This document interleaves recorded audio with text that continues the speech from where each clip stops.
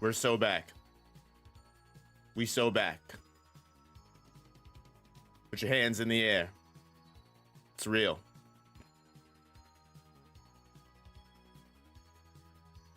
Let's do it. All right. How we doing, everybody? How we doing? Hope everyone's doing well. It is, if you know, you know. The show is back. Isn't that absolutely insane? I never would have thought that here we are today, literally having a fellow, if you know, you know, stream for a Jujutsu Kaisen sequel. Genuinely, I can't believe it. I am in disbelief. I know I said this earlier in the last stream I did, but the fact that, like, this is now fully officially confirmed, it's out, and we're going to be getting new chapters every week of new Jujutsu Kaisen content is just absolutely insane to me. Literally. So, yeah, like Tenro said, hit that like button. Get that stuff out there. Anyway, y'all, I'm happy to be here. I hope all of you guys are happy to be here. If you haven't already known and found out about it, I'm sending you that spirit bomb energy. Hope you guys are all doing well in life. Hope you guys are all doing great. And let's just talk about this. Let's get all of our thoughts out and opinions out. I wanted to probe the community and just see how all of us are feeling about this. How all of us are still feeling now that the full chapter is out and we can completely dissect this chapter without kind of trying to interpret some kind of incorrect translation or weird panels without the actual English words on them. So let's put a poll, the very first poll of Jujutsu Kaisen Modulo's, if I'm saying that right, reign, which is, how do we feel about the first chapter?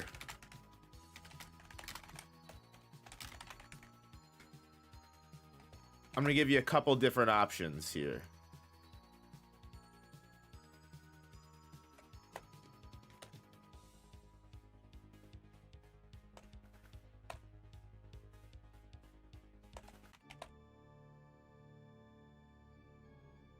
So we got the poll out there. So I've got a full 10 out of 10. I've got 7 to 9, 4 to 6, and 1 to 3. So we're gonna go ahead. We'll poll it together. What up, Samurai? Be ready for the new Yuji glaze. Oh, I've already seen it in my comment sections. Don't worry about that. I've already seen the Yuji glaze. Trust me. People are already upscaling Yuji to Gojo level, which is crazy. There's a lot of things in this chapter to talk about. There's a lot of things now that we know what the full story is, now that it is completely translated officially by not just Viz, but by someone that is not John Wary. Thank every universal religion and Lord and God in this great universe and reality that we exist in. I think we can all appreciate that John Wary will not be a part of this project. We will no longer, hopefully, have to deal with the nonsense that is mistranslations. That being said, I think some of the main points that we've learned in this chapter and where we can see that some of the story is going, I'm very curious because it leaves a lot to be desired with this overall quote-unquote special grade incident, as we are going to refer to it as. Because with this special grade incident, the invasion of aliens that are going to be happening, going to be a threat to the world akin to the revival of Ryomen Sukuna. Seems like there could be a humongous issue. However, based off of we have our friendly alien Maru, not all of those 50,000 aliens will be bad. Not all of those 50,000 aliens will be villains. It's really all just implications, because what you can see is, so far, at least one of the aliens have come in peace, and we've made diplomatic treaties with these aliens before. as per, you know, not only what the trafficker says to us, but as per what the aliens discuss, how, oh yeah, no, we are only working with Japan when it comes to diplomatic measures like this. I think it's very interesting to see how one of the first villains that we go up against, this curse user child trafficker that is, you know, basically taking, you know, Japanese citizens and using them and selling them for energy sources. He is trying to get as many children as he possibly can because he knows with the reveal of aliens existing, aliens are so much stronger than sorcerers are at this current state. At the current state of the world, as is said, sorcerers are weak. They are nowhere near the level of power that they were in the golden age, or the last golden age, as we'll call it, as, you know, Yuji Itadori, Gojo Satoru, the era that we saw in the original Jujutsu Kaisen. It's a new era entirely, as Gege referred to it as, which is interesting, and it's funny because it just proves that sorcery is getting further and further, you know, is slowly dwindling out and getting burnt out over time, as it is in general. Especially now, even more so that Tengen is gone, right? Like, now that Tengen is gone, there are no more, it's unsure what happened to those pure barriers. It's unsure if curses are even a major issue. I mean, sorcerers clearly are still an issue, so. Thank you, Demeter. Thank you for becoming a member of the Jogo gang. Appreciate the love. I think his twin brother is going to come into play. Yes, Maru having a twin brother is definitely going to come into play completely. Because if you'll notice, Maru's eyes are green. However, in this one here, eyes are red. So I think this actually is a different... I think this actually might be his twin brother right here. Where Maru is on Earth, this might be Maru's twin brother. Because again, Maru, green hair with the headband. This might be his twin brother right here, if I have to imagine. Didn't Tengen appear in one panel? Well, it looks like it's a person that looks like Tengen. According to this new chapter in this generation, sorcerers are weaker and no sorcerers exist like Yuji and Gojo. Exactly, yeah. So sorcery has just continually dwindled further and further down. Sukuna's remains putting in the work for Tengen's barrier. Basically, they're doing the best they can, but that was said that it wouldn't last for very long, right? So I think that's more information that we will definitely be getting. One thing that's very apparent for this chapter is that, without a doubt, the world will slowly be explained and explored to us as we go on. I think one thing that was very apparent is this chapter was very quick, very fast-paced, and not too many things. Like, it kind of jumped around a lot. But I specifically think that this chapter was done just to get us up to speed to everything, so that way we could just go right into the story, right? Like, we already know about cursed energy. We already know about Jujutsu sorcerers. We already know what Jujutsu sorcerers do. There's no reason to spend an entire first chapter building all of these concepts up. We already understand everything. All we needed to do was introduce us to our new characters and get us going right into it. And while I'd have to see how Yuka and Tsurugi do as characters going forward, I'm definitely interested to see, because you basically have, you know, Yuka, who is clearly the grandpa's girl, the girl that loved Yuta, you know, as a grandpa and was closest to him, and she inherits his will as a sorcerer. And then you've got Tsurugi, who was closest to Maki as a child and inherited Maki's will as a sorcerer. And both of them have two different strives and dreams and goals to achieve, right? Tsurugi's dream is to, because he was raised by Maki, because he was raised as a heavenly restriction user, he wants to prove that he doesn't need any ring to be a great sorcerer. For whatever reason, the daughter that Yuta and Maki raised seems to have just gone back to patriarchy. No idea how that happened, but the fact that that one panel where she is literally saying, she's like, the Gojo clan wills it and you do not have a choice in the matter. Like, sheesh. That's kind of mean.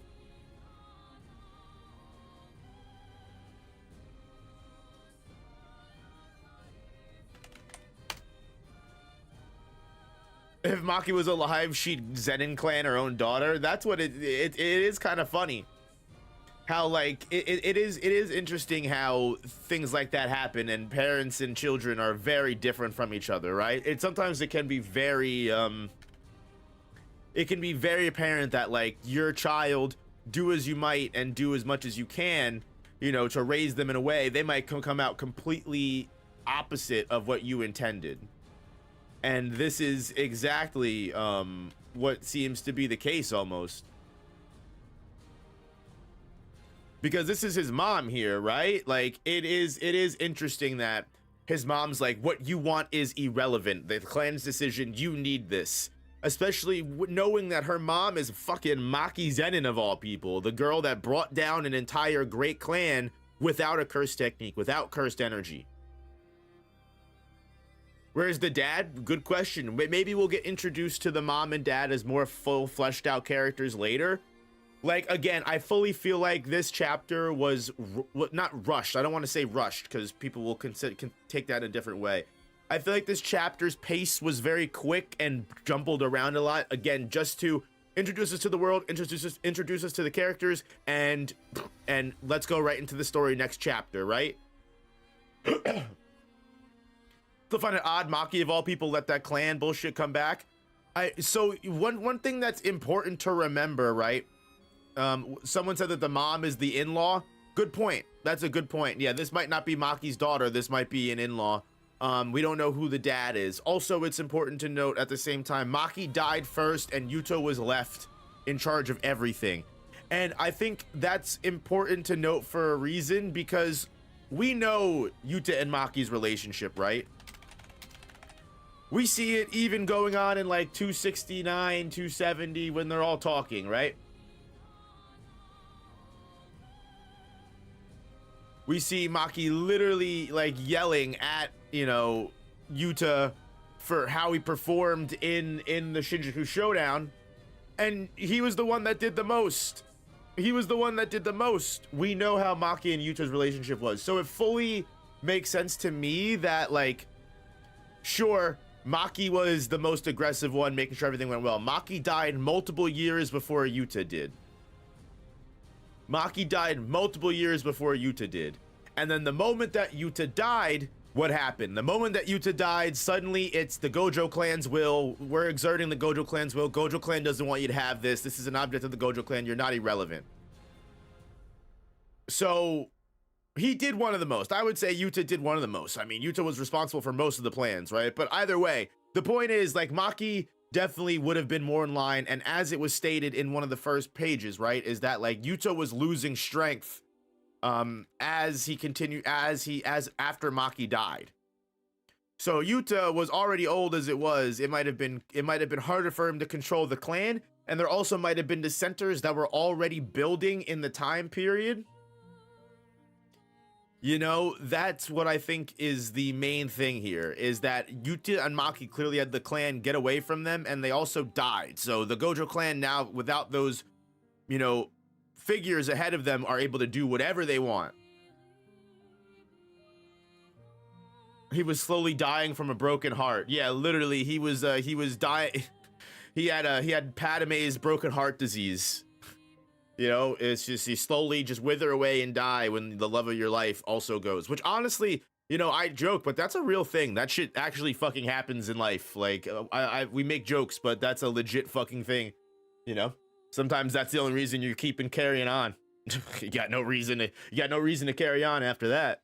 I mean, this obviously he had grandchildren, but either way, you get what I mean. I wonder how Rika reacted when Maki died. Maybe she was like, yes, finally.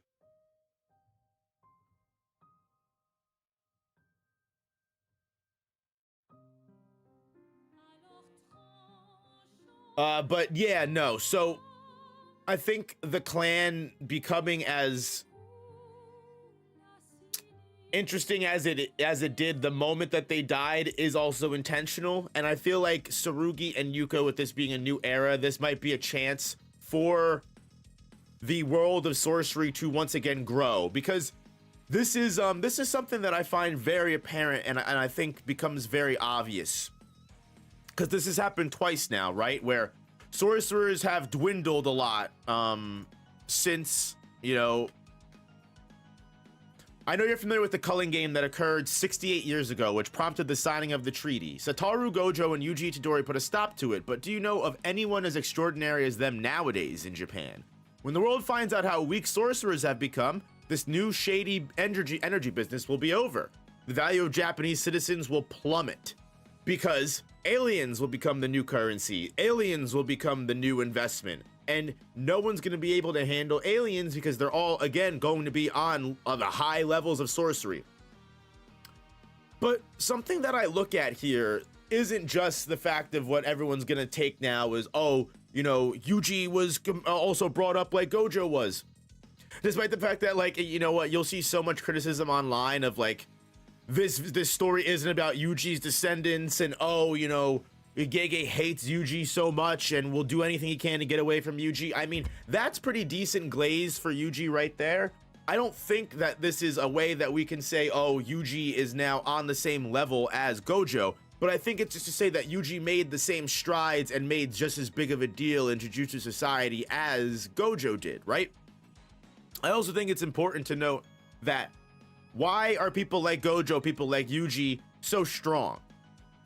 Why did it take from the Heian era all the way to Jujutsu Kaisen 1, as we'll refer to it, for sorcerers of a similar level to Heian sorcerers to grow and exist? And since that era, why did the decline of that go down and down and down into where we are now? And that's just because what you see happens the moment that people like Yuta and Maki die, is the immediate pushing down and the immediate restriction of all of the sorcerers and, you know, life. This is the Viz translation, yes. Because if you think about it, right? Gojo raised this next generation of sorcerers to be strong. Yuji, Megami, Yuta, Hikari. Why were all of these sorcerers strong? The same reason that Heian era sorcerers were strong. Why was Sukuna and Heian era sorcerers so strong? Because they were selfish. They indulged what their desires were, and they went and they visualized themselves to be as strong as they possibly could be. They weren't letting themselves be restricted by the traditions and the laws in the world that were going on in that era. And then what happened after the Heian era? The gods, the demons of the Heian era, and everything else, and time continued on. The world became more, again, not politically in a sense, but this isn't me saying like, oh, the world became a conservative political stance. Like, the world became more traditional, the world became more conservative, especially sorcery. This is said multiple times in the main series as a whole, right? Where the higher ups specifically did not like techniques that were outside of the norm. The higher-ups preferred techniques that were more traditional, that had tried and true history and ancient texts and ancient understanding behind it. The world, the higher-ups did not like new techniques. They did not like new ideas. They did not want sorcerers to grow outside of the norm. In a sense, in the literal sense of the world, the higher-ups wanted to conserve the pureness of Jujutsu. And what that resulted in is sorcery becoming weaker and weaker and weaker and weaker over time, because you are essentially, in the sense of the Jujutsu Kaisen world, stopping these sorcerers from achieving their fullest potential because you're locking them in a box. You're not letting these sorcerers grow outside of the world. You know, outside of their worldly, you know, environment. And because of that, sorcery halted and actually grew weaker. And you see that, which is why characters like Sukuna and why characters from the culling game like Oro, Ishigori, characters from the older generations are stronger. And you even kind of see that in Kashimo's kind of backstory, right? Where Kashimo literally died of old age and got bored because because he was not able to find any warriors that were able to match up to his level of power. Strength in sorcery started to become more and more rare. And actually, I don't know if that's something that Gege did intentionally, but now that we have the sequel series, you can appreciate it even more, because if you really do look back in that sense. What up, Fractured Coconut? The Heian era was that, and then as we got further on in history, into like the Date period that I think Ishigori and Kashimo were, Kashimo was unable to find a sorcerer of his level and would have had to travel across the entire country to find one person that may have been at his level, right? So it makes sense that when we get all the way to Jujutsu Kaisen 1's timeline in that era, sorcery has become so low that when someone like Gojo is born, everything is completely turned around on its head and changed entirely.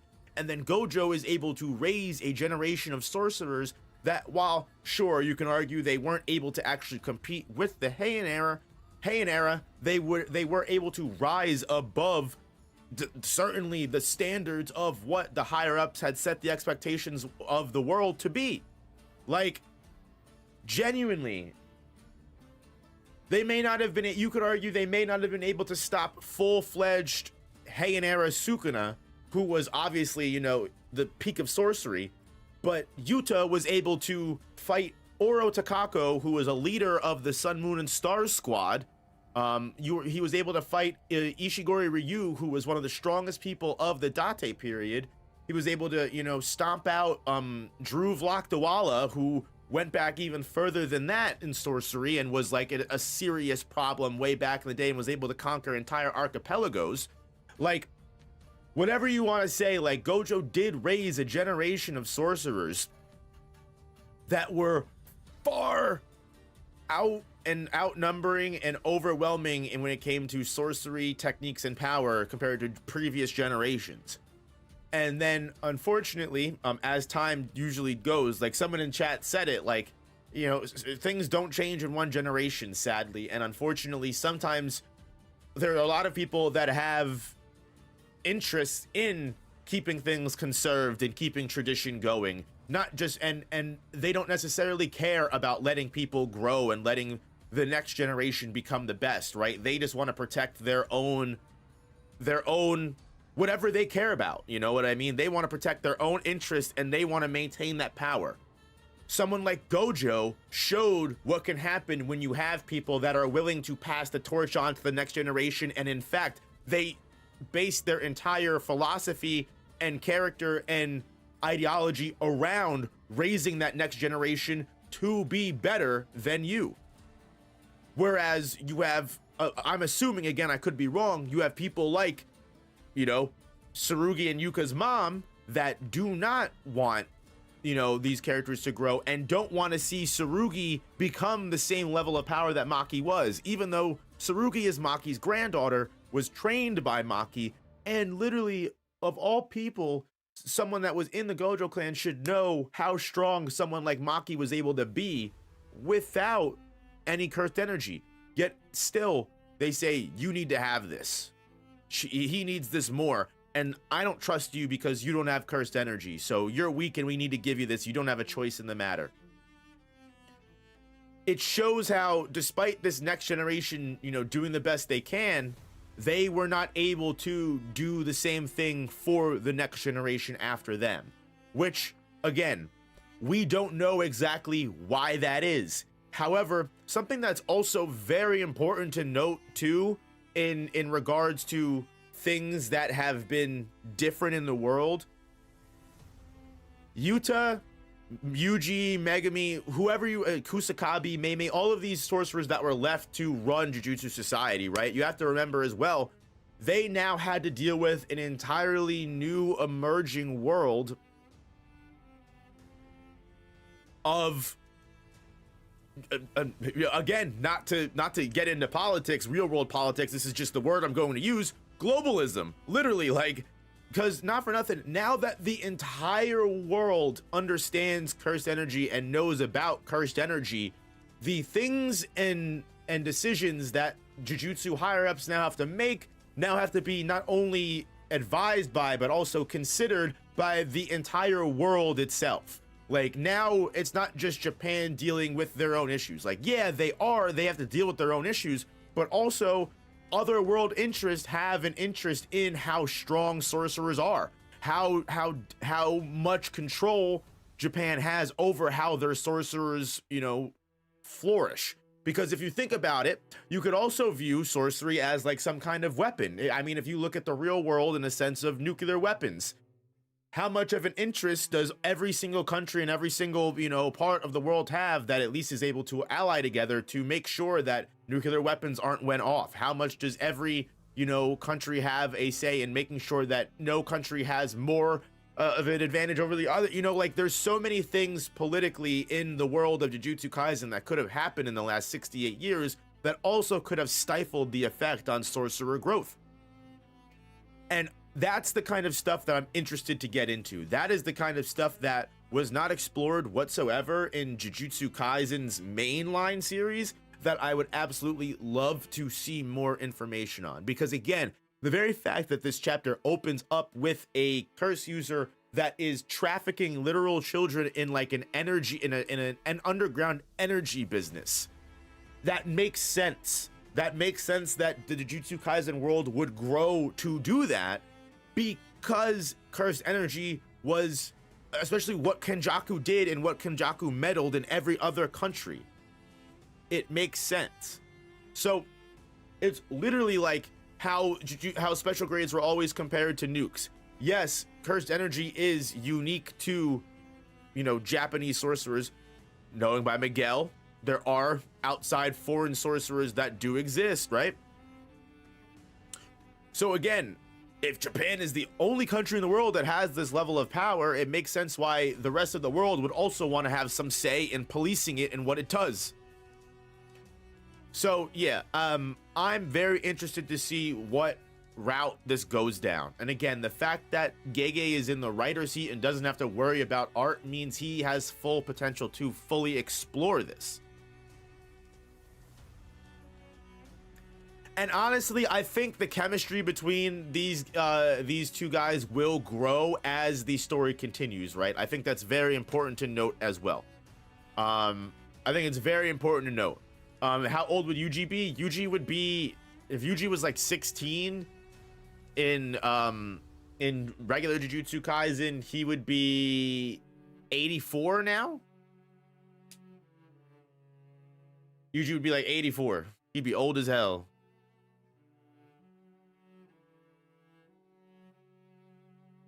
But you get what I'm saying is, I think there's a lot of interest and a lot of potential for where this world can go.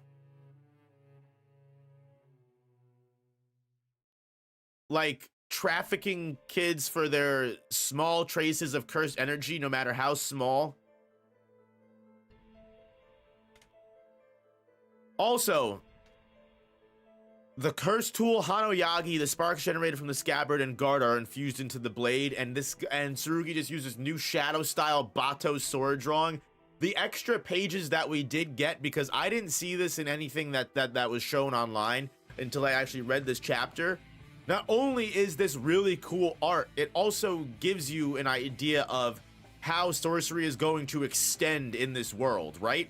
I think one thing that's also really, really fun to see is, one, I'm putting money that this curse tool was developed using Kashimo's cursed object or Kashimo's remains in some way, shape, or form. That'd be cool. If not, it's okay. It's okay. I know it's just crazy. That'd be funny. And then you've got Yuka having her interesting kind of cursed tool, or cursed technique. I wonder if we'll see more from it. But also, we see that the way that this guy's barrier technique works. The way that this guy's barrier technique works is super duper weird. The fact that it connects by like these strands and these like dark tentacles, and then it's also able to create hands that capture someone and then teleport them to a completely different location.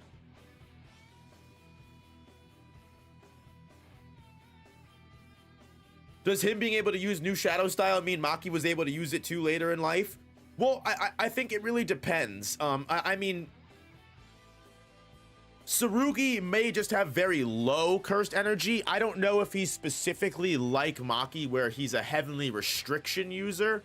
It seems to be more clear to me. Like, let me pull up that chapter right here when he gets teleported away.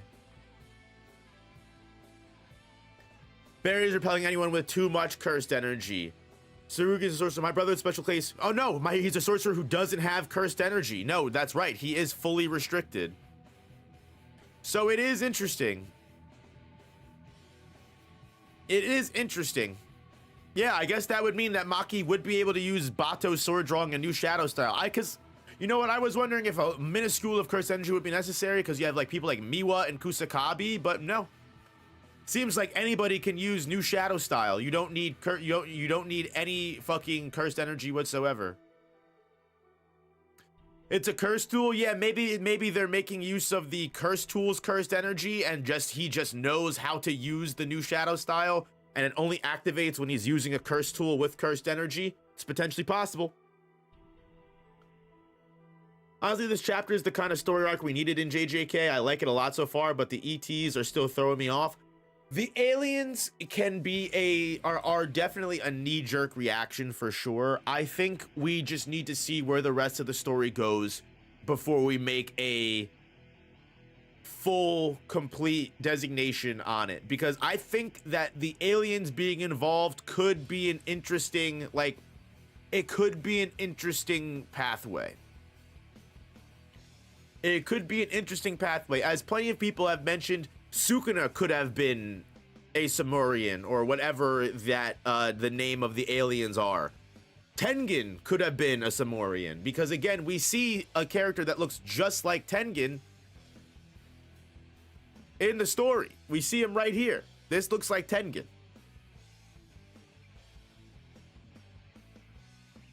The curse user says his energy is weak though. That's kind of why I was confused because I genuinely thought I knew there was a page. It seems inconclusive. I'll wait until we get another chapter that will probably further correctly explain what kind of deal Tsurugi is dealing with. Yeah, if it was 0, he should be way stronger. Yeah, I completely agree.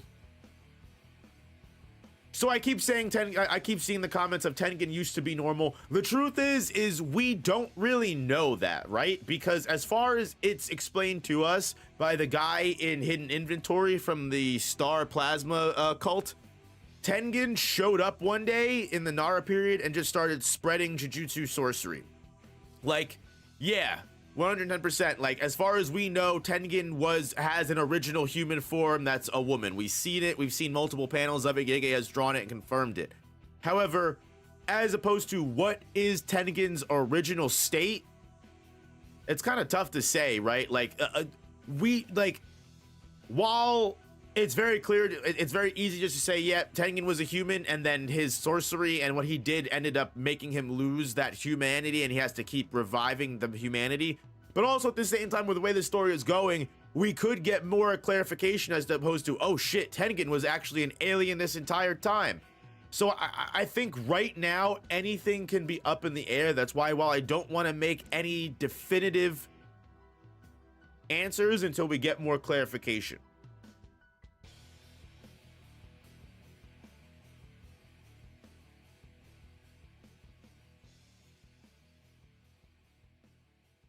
But wasn't the whole point that Tengen didn't want to change, so she needed the Star Plasma Vessel? I mean, Tengen may have wanted to stay in human form. Because also remember, the downsides of Tengen evolving is that they would no longer they could no longer guarantee they would be the same person after the evolution. Part of the reason Tengen didn't want to evolve was because Tengen could no longer guarantee after the evolution he would maintain his consciousness, he would maintain the same will that he had before. There was no guarantee what would happen after he evolved. So that's also part of the thing too. Man, I love the potential this story has. This could go anywhere and I'm so excited. I definitely 110% agree. I agree completely.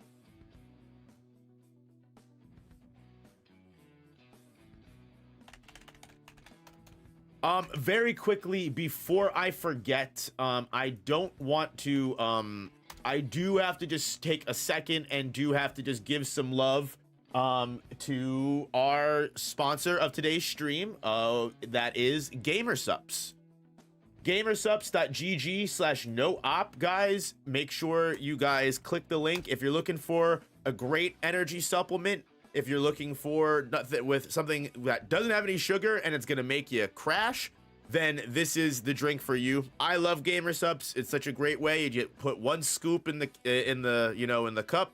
You shake it up in your water. There's nothing but vitamin C, vitamin D, nootropics, all that good stuff in it, and I absolutely love the taste. Genuinely speaking, it is great stuff. Gamersupps has the most gooner designs. Hey, listen, they give the people what they want, all right? They're only gonna sex sells. You know what? I absolutely love their product. I think they're awesome. You know, and also, not for nothing, they do also have merch, cups, and everything that doesn't also have a lot of the anime girl designs, if that's what you're not into. So they do have stuff for everybody. And if you've never tried it before, you can literally use my code NOOP anyway, and you can get a bunch of free samples. So use my code NOOP, get 10% off your order, or use my code NOOP and just get some free samples on me if you just want to try it and you don't know what it tastes like. Genuinely, I drink Gamersupps every day, and I was super happy to take the sponsorship because I already bought Gamersupps all the time. And if you wonder how does NOOP have all this energy for stream, it's because I drink Gamersupps. So yeah, I absolutely do love Gamersupps. They make a great product. And again, they also have caffeine-free Gamersupps. They have AFK with sleep support. So if you need help sleeping, they've got cups, they've got trading cards, and they do also support a lot of awesome creators as well. So yeah, use my code. Link is in the pinned message. Go use my link. Use my code NOOP. 10% off your order, or get some free samples if you're a new customer. Trust me, you'll like it. Genuinely, I would not be able to work and do what I do without it. So thank you, Gamersupps, for sponsoring. I appreciate you. They are great. Thank you guys for letting me shill. I appreciate that. Best energy supplement drink that I have ever had, genuinely, and that's literally and also it's really cool because they have really cool flavors too. Like they also have JoJo's Stone Ocean flavor, which I love it. If you love plum flavored stuff, JoJo's Stone Ocean fruit is really, really good. Also, if you're a Darling in the Franxx fan, they've got Klaxosaurus blood. I've also been really, really enjoying this as well. So yeah, again, Gamersupps.gg/NOOP. Link is in the pinned message, or use my code NOOP, 10% off your order, or get some free samples on me. Whatever you choose to do, it all helps support the channel. I appreciate you. I have 2 female friends who collect all the cups from Gamersupps. See, Dominic knows what's up. Is it true that Potential Man died? I don't think we haven't gotten confirmation on where Yuji is yet. Just the curse user said no one exists like him anymore. Maybe he did die. We haven't gotten confirmation. Where's my flavor, Bean Daddy? Well, I'll get a flavor once you guys buy more of the Gamersupps with my code. I'm kidding, but actually, genuinely, that is the only way I'll get a flavor, is if Gamersupps is like, damn, NOOP, all of your viewers are constantly buying Gamersupps. They've been using your code too. I tell them to. Hey, Tom, I appreciate that, dog. Thank you so much. Thank you. That means the world to me, because genuinely, like, that does support the channel a lot. That's the best way to support the channel, because YouTube sometimes is inconsistent. But anyway, it's enough. That's enough talk about all that stuff. Again, link is in the pinned message. Go ahead, just take a look at it. And again, if you've never tried it, just get some free samples with my code. It's worth the try. Back to Jujutsu Kaisen Modulo. So yeah, I genuinely think the pathways that this world opens up could be humongous for Jujutsu Kaisen in general as a whole. Now, some of the other things that this story potentially brings up, because it's important to notate that the energy business is going to be cooked after this, right? this is exactly what that guy says. The energy business is cooked after this. So while this is going to be a problem now, the main issue is going to be not cursed spirits, but aliens we're dealing with. We really don't know what has happened to cursed spirits as of right now, because we haven't even seen a cursed spirit in the sequel yet. Curse users might be more of a problem right now than spirits. We don't know what the treaty between the world, the supernatural treaty, the paranormal treaty that was made in Kyoto. We don't know what that entails as of yet, and I'm sure we'll get some more information on that next chapter.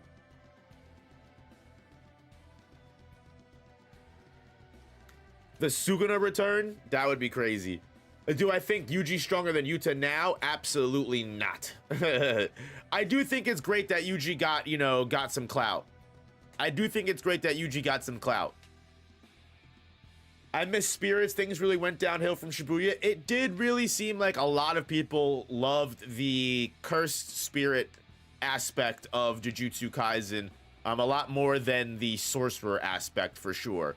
That seems to be the most apparent case with how a lot of people's tunes change towards the culling game. Even though the culling game, I think, is a very strong portion of the series, I can see that, like, people, while sorcerer battles are cool, a lot of people enjoy the curse aspect more than the sorcerer aspect, which honestly is why I think a lot of the Jujutsu Kaisen side content has the biggest potential, because the light novels do focus a lot on the light novels do focus a lot on cursed spirits. They do have some curse user fights as well, but the light novels do also have a bunch of missions on cursed spirits. The Jujutsu Kaisen Phantom Parade of the first season of the original mobile game is all original story based off of the gang dealing with a cursed spirit, a special grade curse. Again, that video will be coming shortly. But yeah, so if you're interested in finding out what Phantom Parade's story is, that will be coming soon for sure. But you're right. Jujutsu Kaisen is a great series that has plenty of opportunity for filler, and I don't mean filler in a bad way. I mean filler in generally like a really good way.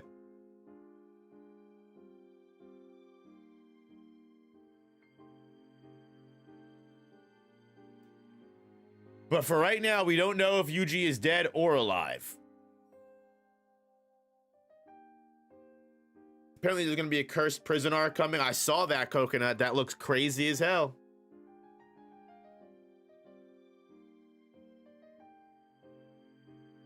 Do you think cursed spirits will return since cursed energy is spreading worldwide, or maybe the disaster curses would incarnate earlier? I know a lot of people are really hoping that the disaster curses actually genuinely do come back in the story in some way, shape, or form. I think that would be a lot of fun. I just don't know if it would be able to be done in a way that people would be happy with, right? Like, I truly do wonder. Like, would people be happy if we got another disaster curse family? I don't know. I could see the potential in it. I could see a lot of people being really happy with that, but I could also see a lot of people being pretty upset and they don't like it. Just because the characters don't live up to what they want out of them, or you guys know what I mean, right? Like, if new Mahito doesn't live up to old Mahito, it could go bad. Like, I think playing with aspects like that can be dangerous in a sense, because while it's always cool sometimes to see situations of like reincarnated characters and stuff like that, I think if it's done incorrectly, people just get mad. I think people just get mad, you know?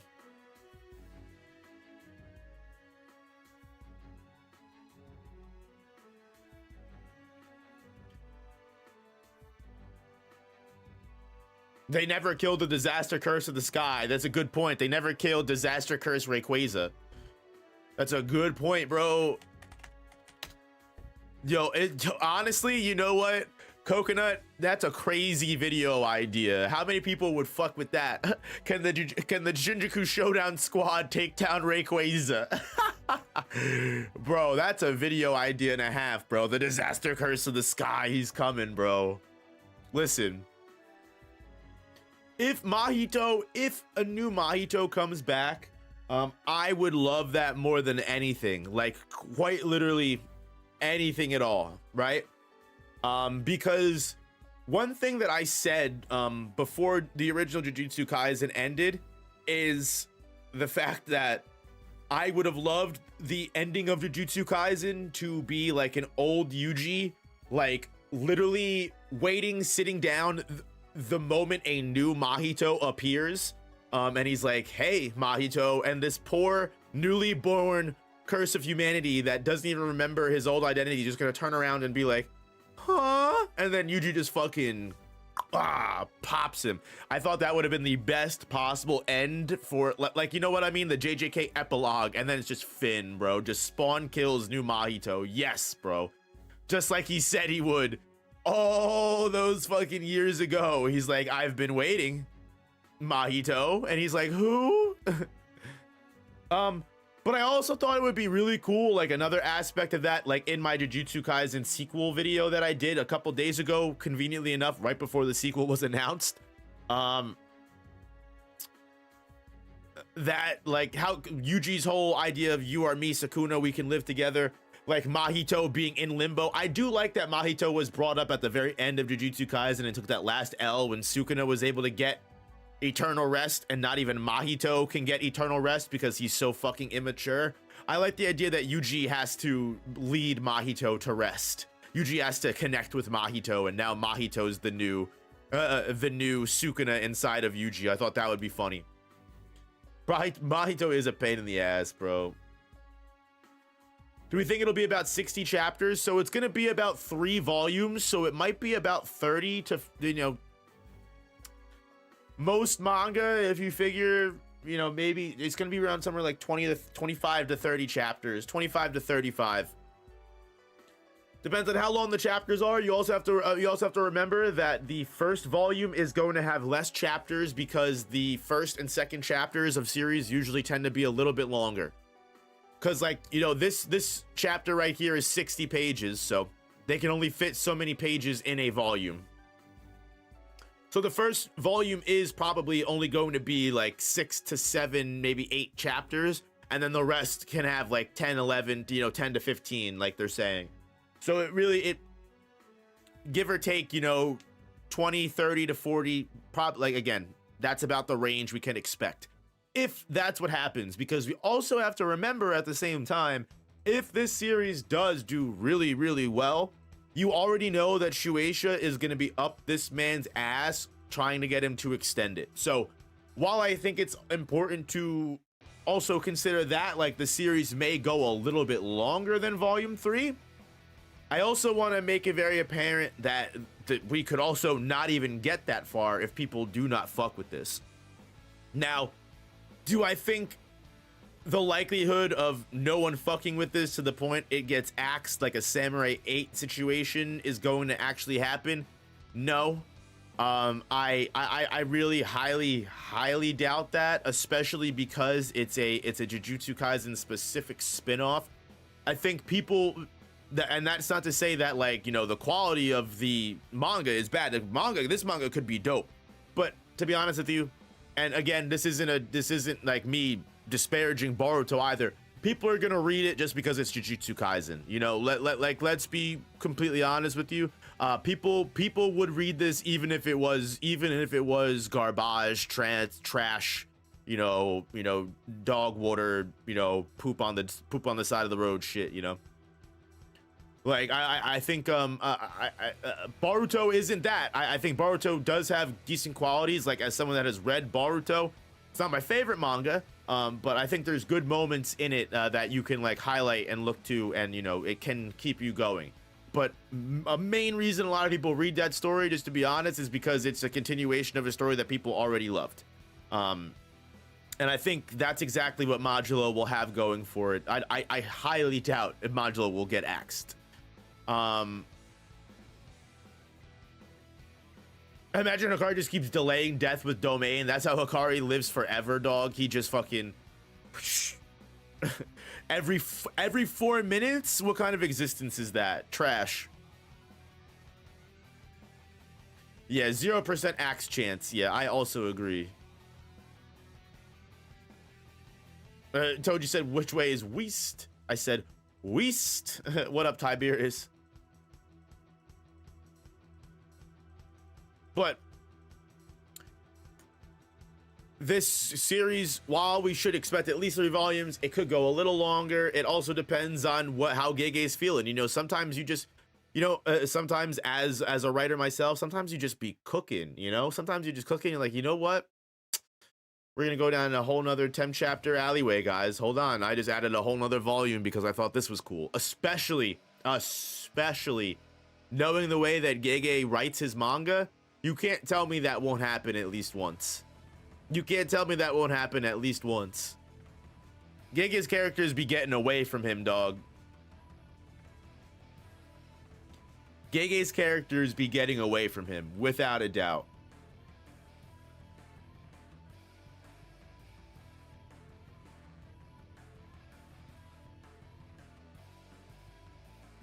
Now, as far as it goes, I think the alien thing is obviously the thing that most people are going to have the largest point of contention with. It's very clear that will be the case. But again, I think as someone like Gege, Gege is around our age. Gege grew up with all of the series that we did. Gege, we already know Gege is a Bleach head. Gege is a Hunter x Hunter head. Gege is 110% someone that appreciates Naruto. Gojo is based off of a character, a fucking random NPC, Tanbo Tobitake in Naruto. So we know Gege is also a fan of Naruto. Gege is from, I say our age, all of us are from different ages, right? But Gege is an anime head from our generation, I'll say that. So it wouldn't surprise me if Gege felt the same way about series like, you know, Boruto, Dragon Ball Super, and all of these things that we did. And not, again, these series aren't bad. I like Dragon Ball Super. Dragon Ball Super's anime run was some of the craziest fucking shit I've ever seen in my life, and I was so hyped for Ultra Instinct Goku versus Jiren. You know what I mean? But I also think you have the other side to it as well of, you know, there are sometimes characters, like I'll say personally, I fucking hate Boruto Sasuke. I hate adult Sasuke. I think every turn adult Sasuke gets fucking shit on and nerfed and disparaged, and Boruto Sasuke is not my Sasuke, and I'll die on that until I'm fucking 92, bro. Until I'm Yuta and Maki's age. But I will say,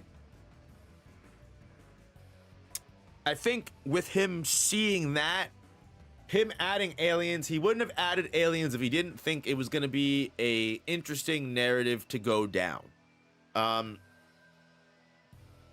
think Gege is very aware of how people feel when aliens get randomly introduced to a series.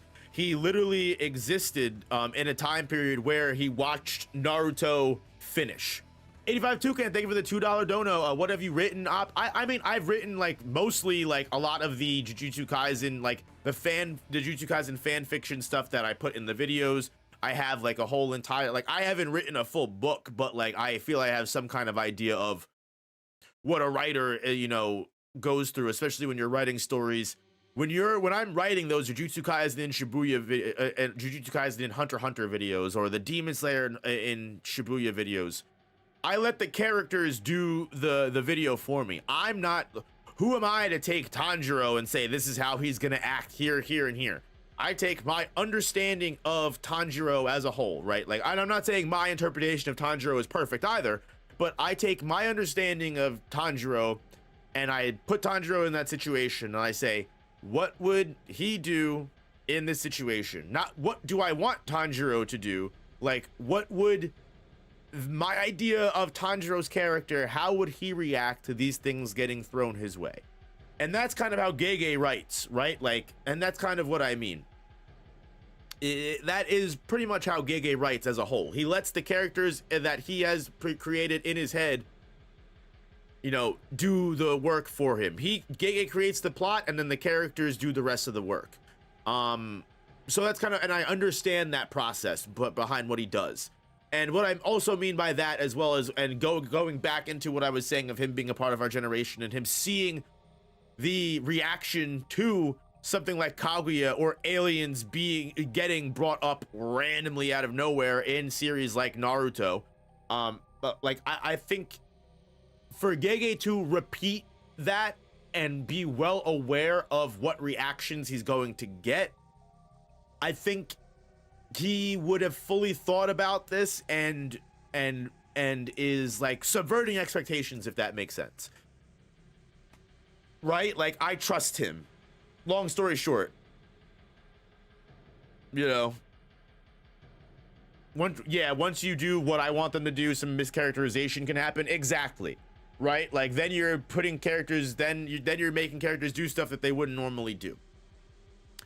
There's double-edged swords to this, you know, because the double-edged sword is you get situations like Jujutsu Kaisen's endings where when you let characters dictate the story, and you don't at least have some hold on the plot, you get situations where Yuta kills Kenjaku because of the plan that they made.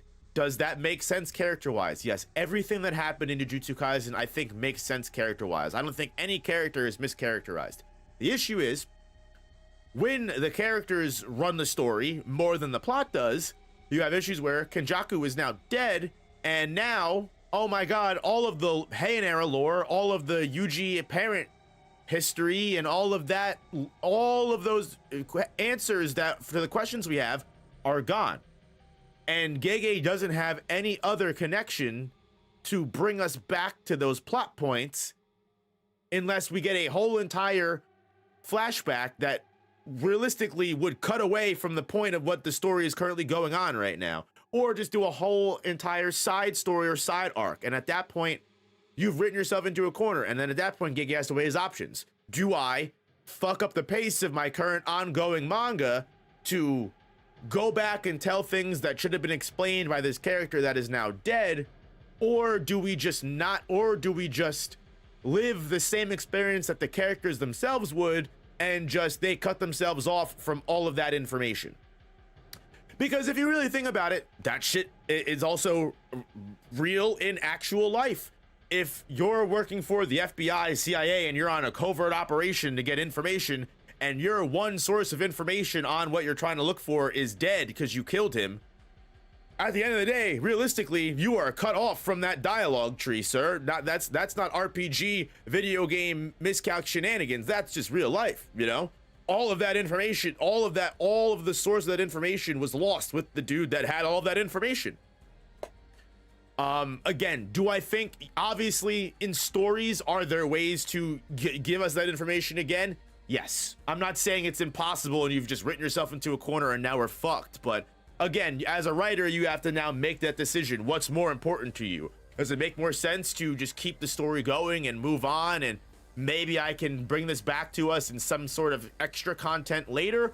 Or again, do I kill the pace of what's going on now to find some mulligan way to reintroduce all of this lore that was just lost by this character? Granted, this is why I think of all characters, Oro should have been an ally to us, not just Kashimo, but Oro should have also been an ally to us, because where did Oro go? Where was she? She was scared for Sukuna to show up, and did Sukuna kill her off screen? Is she just, did she just escape for the rest of life? Is she gonna show up in this sequel series because she's been sky manipulating for the last 80 years? You know, I don't know, but I'm getting off topic now, but you kind of understand what I'm saying, where I don't think that was Oro, though. It looked just like Oro, but she didn't have any of Oro's abilities. She had like a hair manipulation technique, right? It was super weird. So weird. Yuji bodied Oro? Listen, canonically, I think that would make the most sense. in my sequel video that I did for the JJK How Strong Are Jujutsu Kaisen sequel sorcerers, I literally said that Yuji would be like a cursed object hunter. He'd go across the world, not just hunting down the last Culling Game players that escaped, but he'd go down, hunt down cursed objects and eat them. Can you reread the chapter? So I did not read the chapter on stream. I do want to make that clear. I do apologize. Please support the official release. Go to, you know, Manga Plus, go to Viz Media Shonen Jump, and you can read the digital chapter. I'm not going to show the full chapter just because I don't want to be a market substitute. I don't want to read everything, but I will release a video going over the full summary of the chapter later. After I'm done with stream, that's going to be the first thing I do, is I'm going to record a chapter summary and put it out. So definitely look out for that. New sequel reveal happened right after you dropped your video. I literally know, right? That's so fucking crazy. So crazy. Gege also confirmed it wasn't Oro, though. Yeah, I agree. I'm pretty sure he did as well, Tiberius. I think I do remember him doing that. What's my opinion on this chapter? I like it. I'm interested to see where it goes. I'm fully locked in and interested to see what Gege is going to do with this. Do I think it's a weird, you know, development to have aliens entering the world of Jujutsu Kaisen and being potentially the origination of cursed energy?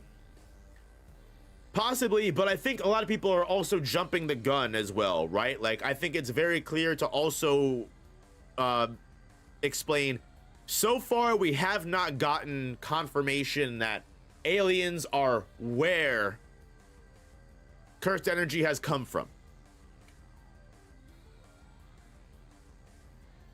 Because as far as it goes, even the Sumerians, or you know, whatever they are, Sumerians, they are surprised that there are people on Earth that have the same powers that they do. So it's completely unclear if Jujutsu originated from aliens. It may just be, honestly, a case of parallel worlds, right?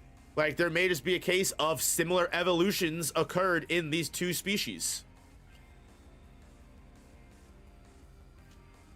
Again, it could be completely possible that based off of this Tengen looking person here, that Tengen was having some sort of connection to this alien species. And again, Tengen did pop out of nowhere in the Nara period and spread Jujutsu.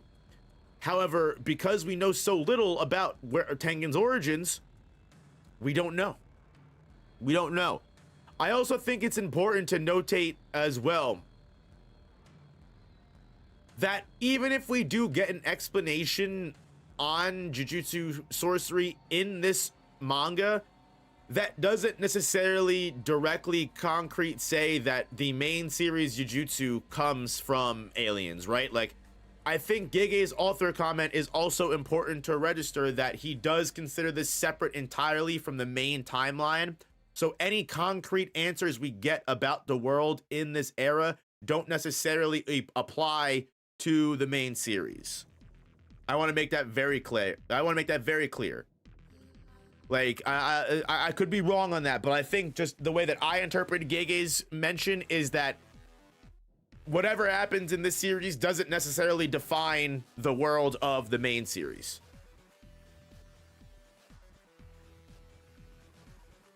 One of the ones sitting on the chair is Sukuna's father. I mean, that would make sense as to why Sukuna was born so deformed. I mean, am I wrong? Sukuna was born a cursed child, different from everyone around him, and was an absolute anomaly. An absolute anomaly. According to Gege, this is an alternate take on where the main timeline could go. It's just one route that the world of Jujutsu Kaisen can take. This isn't the definitive future of Jujutsu Kaisen, because I also think we're getting other spin-offs as well. According to Gege, we're getting other spin-offs as well too. So it's also, so I think it's important to say that, like, a lot of these are just one possible interpretation of where the story of Jujutsu Kaisen could go. I could be completely wrong, but let me pull up Gege's statement, so I'm not talking out of my ass, because based off of what Gege is saying, that's what it seems like. But again, I could be wrong. I could be wrong.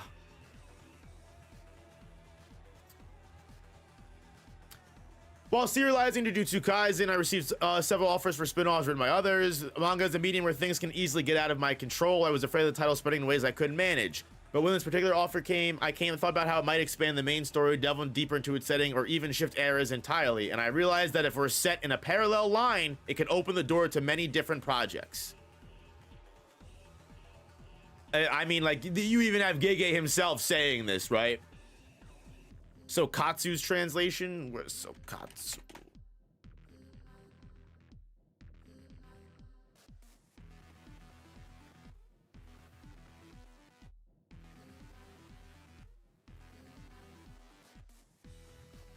Hold on, let me see if I can find this, because I don't even know what I'm looking at right now.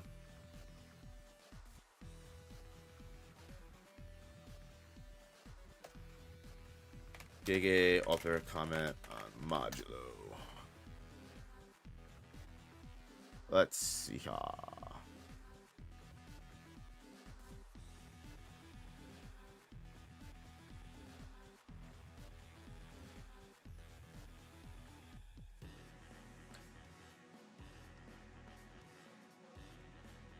So Katsu underscore is the username.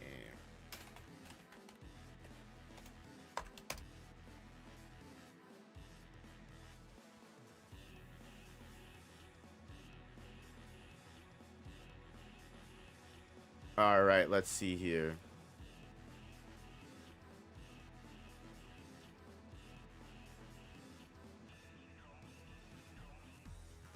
Ba ba ba da da da da da da da da da da.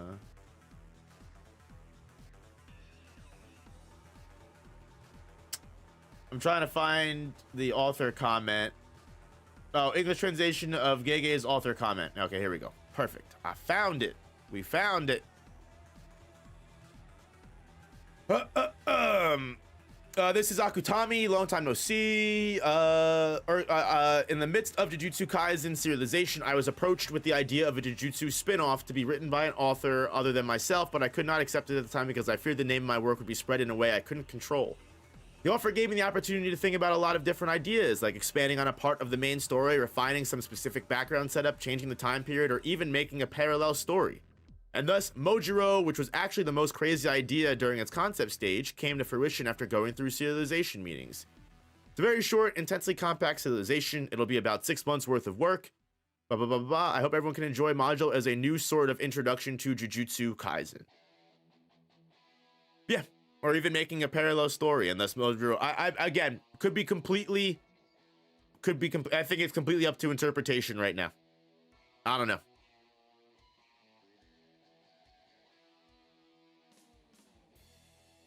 Still confused, is it a parallel universe or no, or was that just an idea they toyed with in the beginning? Providing examples of ideas he had in the beginning before he finally came in with whatever Mojuro would be. Either way, I literally don't think that's important at all. Either way. Gege literally said, if you don't like it, it's a different universe. That's basically, I think that's the best way to interpret it, Jacob, 110%.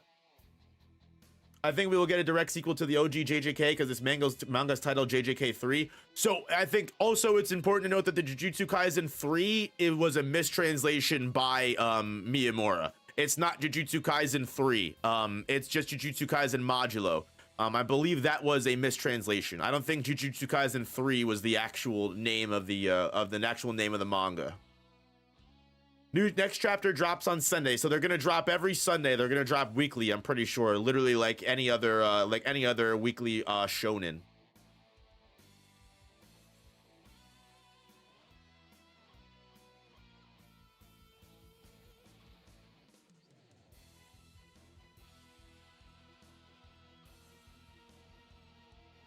Crazy, man.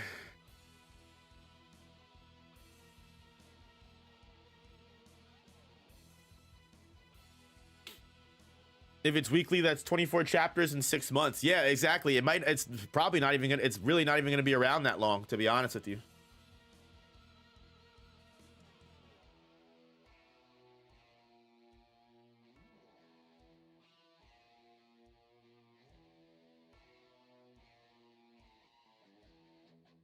Could we get a manga exploring Yuji and the others in their prime? I wouldn't be mad.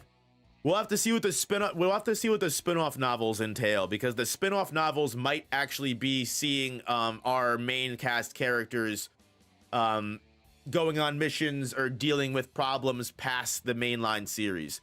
Again, we are getting more spin-off novels, which is confirmed. So I think it's very safe to say we may get some stuff featuring the main cast.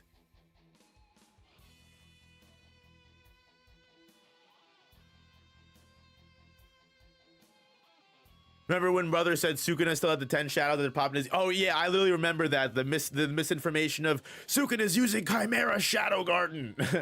And then he wasn't using Chimera Shadow Garden. Although, to be fair, it was weird why Sukuna's domain effigy was completely different. Novel's not it for me. I understand that. I completely understand. But I will say, the Jujutsu Kaisen light novels are a great read. And I'm not the best fan of reading novelizations. I do normally prefer OVAs or like manga style, and that's just because I like words with pictures. It makes it easier to read. But I will say again, I did like the Jujutsu Kaisen light novels, and I will be reading the new Jujutsu Kaisen light novels as well, without a doubt. I will be. Because especially if they'll be focusing on the original cast in their new past the main series point. When the guy says he found a buyer, did he have it beforehand, or was it some sort of communication through barriers? I mean, based off of everything that happens in the series, this guy's barrier technique seems fucking ridiculous, right? Like, I've already secured a buyer. He cast the barrier technique in the room of the kids too. He's going to try to transfer just the kids. Like, this guy's barrier technique with the spatial teleportation was pretty fucking crazy. And I do want to make it clear, like, this is something that I think will make this series great, right? Because part of the reason why I liked the light novels, right? Specifically, Thorny Road at Dawn. The very first story in Thorny Road at Dawn. The very first story is a story of Nobara being kidnapped by a curse speech curse user and Inumaki needing to save her from that. And this gives me such similar vibes because you get to see so much more in the light novels of how curse techniques and things can be used. In the mainline series, while we do get some really cool curse techniques, you really see more of what Gege wanted the world to be like in situations like these, because you see like the use of things like talismans, the use of things like cursed objects, the more like how more recreational sorcerers that don't have these insane high level curse techniques get by and commit their crimes. Like, this guy's, barrier is formed by all of the talismans that he makes, right? We see that be a problem when he gets all of his talismans burned by the Bato sword drawing and the sparks created by the cursed tool Hano Yagi. The Inumaki box is, so it's interesting because it's a different type of curse speech. Unlike Inumaki, who's just able to say whatever words he says is the snake and fang mark on his tattooed onto his body. This curse speech user used talismans and basically was just able to almost like hypnotize people and influence their actions through his sentences and through his words. So instead of being like Inumaki, where he was like, take a shit and you would poop, this guy would like put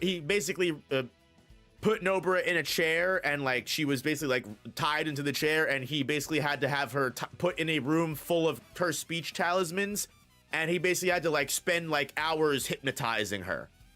So while it was completely different, it was just as fucking problematic. So I definitely think we'll see much more of the criminal side of things and the more recreational side of sorcery, especially considering how much weaker sorcerers are in the world of Modulo, right? Because there are no longer any sorcerers on the same level of the original Jujutsu Kaisen, we are going to see more things like this, right? Like we're going to see Tsurugi use different types of curse tools. We're going to see him use, you know, more recreational style of battles. We're going to have curse users that are using, you know, forming their barriers with talismans.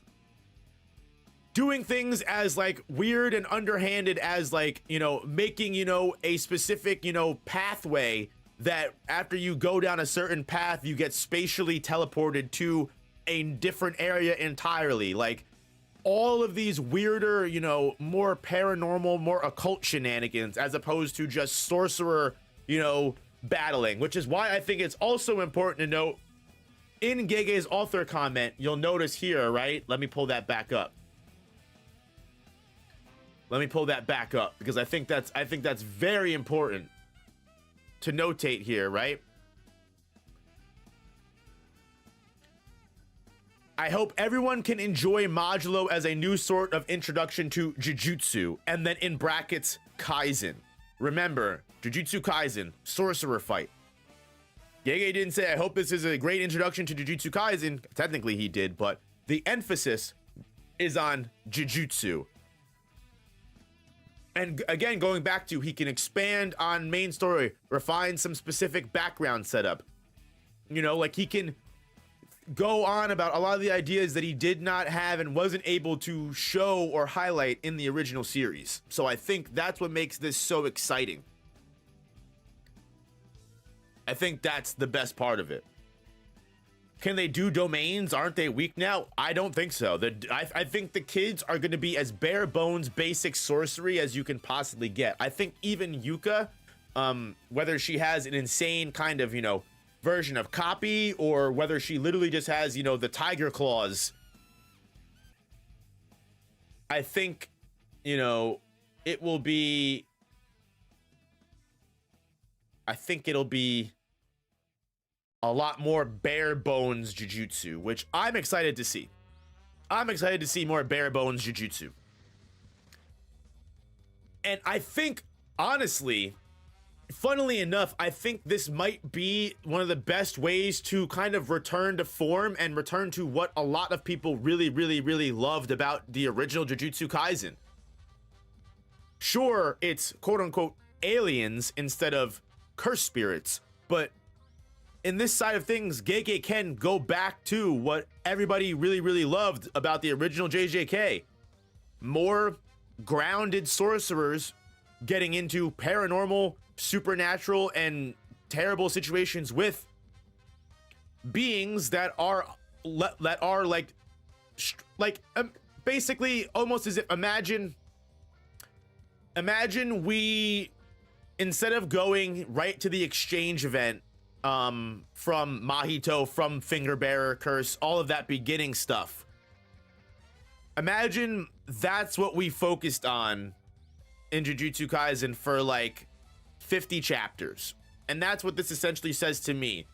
Arcs like, you know, the prison arc, you know, fear cursed womb arc, dealing with a cursed spirit like Mahito, dealing with curse, you know, influencing someone like Junpei, how, you know, the bare bones world of Jujutsu can fuck with innocent people and stuff like that. Like that, I think, is what the story is going to revolve around mostly, and I think that's what's the best part about it, right?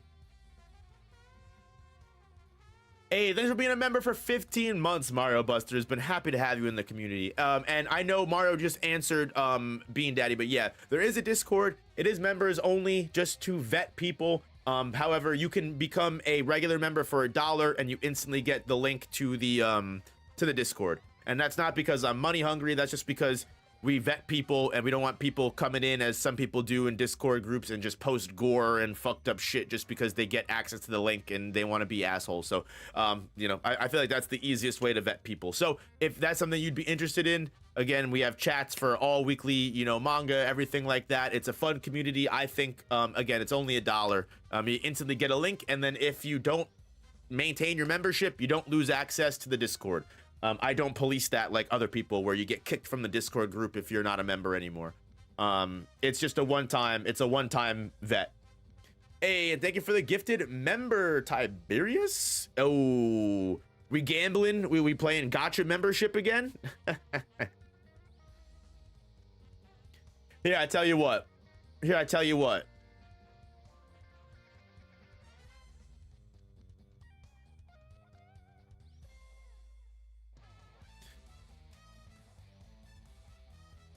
Just because we are, just because we're loving and we're happy to have Jujutsu Kaisen back, let's see it, y'all. Let's play. Let's roll some gotcha. Let's roll some membership gotcha roulette.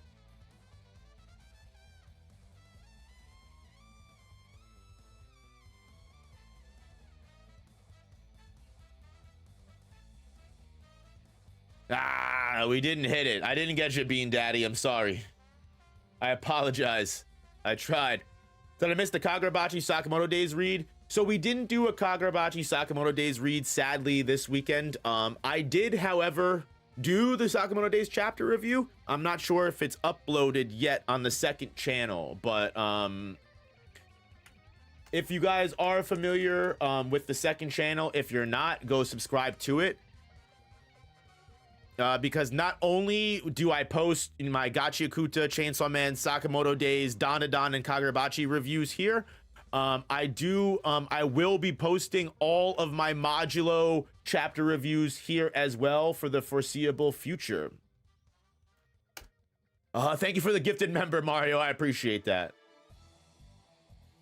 And yes, give Jessie some love as well. Jessie does great work. She is a gem. Much love to her. We wouldn't be able to have a second channel without her.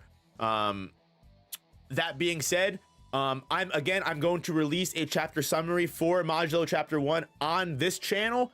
However, every chapter review from the foreseeable future will be on the No More Operator channel, No Operator 2. It will be on the channel I just posted in chat. And that is not to be confusing or annoying. That is because my main channel at this point is more tidied. It's more cleaned up after Jujutsu Kaisen ended originally.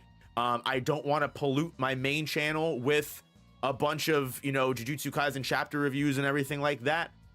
You'll still get plenty of Modulo content on this channel, but only main projects will be on the main channel and for the foreseeable future. Only mainline videos and main projects will be on here. If you just want a weekly review, you can always get it from the second channel here. However, of course, again, just to promote and because it's the first chapter, I'll be doing it on the main channel this week for sure. That being said, go subscribe to the second channel. That's where you'll be able to see any extra additional Modulo content. But yeah, for this week, first chapter, it's the first chapter. We love that. Yeah, so go sub to the second channel, or if you want Kagurabachi, Sakamoto Days, Dandadan, Gege Akutami, Chainsaw Man, any other weekly series, and you want you are interested in my reviews of that as well, subscribe to the second channel because that will be a thing. But yeah, guys, I think we're coming up on pretty much towards the end of stream. We are definitely winding down. If you haven't already, make sure you hit that like button. Not only does it help the stream and the channel way more than you know, it makes sure that you will definitely get a notification when the next live streams happen, just because YouTube can be really annoying sometimes about subscriptions, and even if you're subscribed, it might not send you stuff. So always good to hit that like button. But yeah, I think we'll give it another 10-15 minutes or so, and then we'll probably call it for the first If You Know, You Know of Modulo's run. I am so happy to be back. I'm so happy to see all of your beautiful faces again. I will say, if TCB or any early translations do come out for this manga, I will do the streams early, whether it's Friday or Saturday, just like we did for Jujutsu Kaisen. And that's not to be annoying or because I like leak culture. That's literally just because I already do Sakamoto Days and Kagurabachi reviews on Sunday. And it would make my life a lot easier to not have to do 3 chapter reviews on a single day. It would definitely make my life easier to only have to do Modulo on Friday or Saturday first. But either way, We will figure it out. We will work with what we got. You know, beggars can't be choosers. I'm not gonna sit here and cry just because we're getting more Jujutsu Kaisen content. But yeah, exactly, Coconut. It makes things less cluttered. That way, you guys, if you're subscribed to the second channel, you don't have to get 3 notifications about me uploading. You know what I mean? That's really more or less what it is. I don't want to annoy you guys with the amount of uploads. Especially, it's going to be annoying for people that maybe they don't read Sakamoto Days or they don't read Kagurabachi. So not only are they already getting notifications on what they don't want, they're getting fucking so many of them all in one day. So yeah, I don't want to do that. There are there's a video I did on just like crazy channels that you know, grift. I don't know if you saw it, if you did, if you enjoyed it, if you didn't enjoy it. Either way, not to bring all that stuff up, I think it's funny. There are channels that will literally post like 5-6 videos a day, and that shit blows my mind. I don't know how you do that. For one, I would fucking unsubscribe immediately, even if I liked your ass. That shit's annoying as hell. Do not do that. And also, YouTube doesn't even want you to do that. YouTube stops sending out notifications for videos after 3 notifications in 24 hours. So like, even if you are uploading 6 videos a day, the last 3 videos of that day aren't even gonna get sent out the same normal way a video would, because it's fucking terrible. Where's my other channel? Here is the link to the second channel, guys. I only just read Chainsaw Man. There's some people lazier than me, for real. And see, but that's, there you go. There you go. You know, not everybody reads every weekly series. So I think that's also why I don't want to overload shit too. You know, I already upload, you know, 2 videos a single day. And what will end up happening is most likely Sakamoto Days will just get moved to Monday. So it will be Modulo and Kagurabachi on Sunday, Sakamoto Days and Dandadan on Monday, and then Chainsaw Man and Gege Akutami on Tuesday, which is fucking insane, by the way. I wanted to start doing Chojin X reviews, which the new Chojin X chapter came out a couple days ago, and I wasn't even able to do it because I've been so busy with Modulo doing everything else on the second channel, and also I had plenty of video projects and ideas for this month that I now got put on hold because Jujutsu Kaisen Modulo came out, and I can't ignore that. so yeah, like I have a video I want to do on Versus 13 Noctis that will hopefully be out in the next couple of days. I have a video I want to do on Look Outside because I've been having so much fucking fun with that fucking game, man. I took my first full day off in what felt like months yesterday, and I played Look Outside for over 12 hours, and I have to say that was some of the most fun I've had with a video game in a long ass fucking time. So I'm definitely gonna do a Look Outside video. I have a Pokemon video on Ash versus Red that I've had recorded for the last 2 weeks, and I just have not had the time to get edited.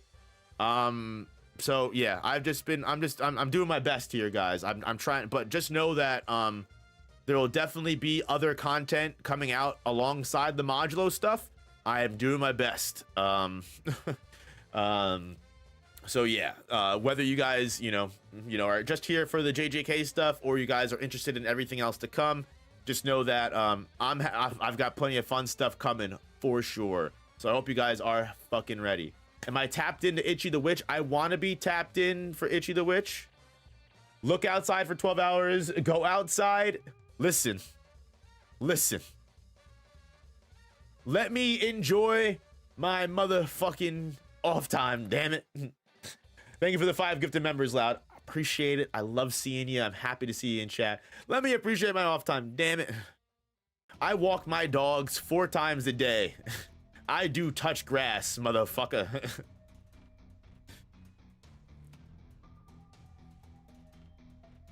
That's enough outside time for me.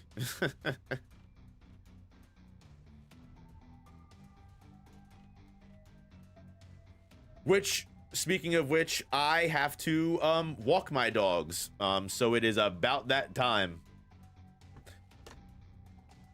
Yeah, Loud, we were definitely talking about that. I think the aliens could go one of 2 ways. I think the aliens could definitely go one of 2 ways for sure. It could either be really bad or really good. But again, I think I'm going to finish the stream on what I said earlier. I think the aliens present an interesting way for us to go to a return to form. And I think people will be very surprised with the way that Gege handles the alien concept. Something tells me that this will be handled almost exactly similarly to like Cursed Spirits. I mean, if you really think about it, the finger bearer might as well be a fucking alien. If I was to show you a picture of the finger bearer and I didn't tell you this is from a series of Cursed Spirits and I told you it was an alien, I feel like you'd believe me. So with that being said, I think I'm definitely interested to see where and how this could go, especially with the lore of the world providing itself a reason as to why not only sorcerers but curses themselves could be too weak for us to even really give a shit about, right? Maybe aliens was the best way that we could have possibly saved the manga. We don't even know. But yeah, listen, I think to end this with, I think this could go so many different ways. And for me, I'm someone that is always willing to go on a ride with an author as long as it's a fun ride to go on. Even if sometimes that ride doesn't make sense, and even if sometimes we hit a couple bumps on the way, if it's a fun ride, even if we crash into a wall at the end, you know what? Sometimes you got to appreciate the journey.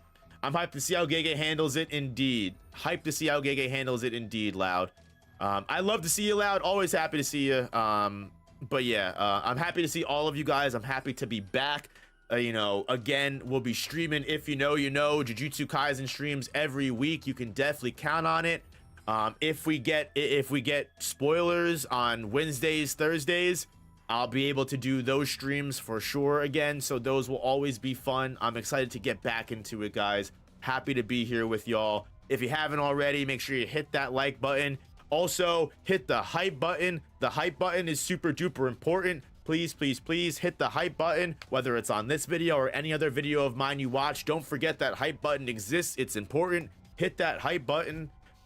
Again, subscribe and follow the second channel. Link is in chat. Go subscribe to the second channel if you want any kind of weekly content. All Modulo weekly reviews will be posted there. Kagurabachi, Sakamoto Days, all the weekly mangas will be posted there. Go subscribe there. That's very important. And also, thank you so much to the sponsor of the stream, Gamersupps. If you like anime, you like, you know, Darling in the Franxx, Klaxosaurus Blood. If you like JoJo's, they got the JoJo Stone Ocean Fruit. It's a great energy supplement, great nothing but great vitamins, nootropics, and it does not have any sugar. It's not gonna tucker you out. Go click the link, pinned message in chat. Use my link, use my code NOOP, 10% off your order. Or genuinely, if you've never had it before and you don't know if it'll be good, use my code NOOP anyway. Get a free sample.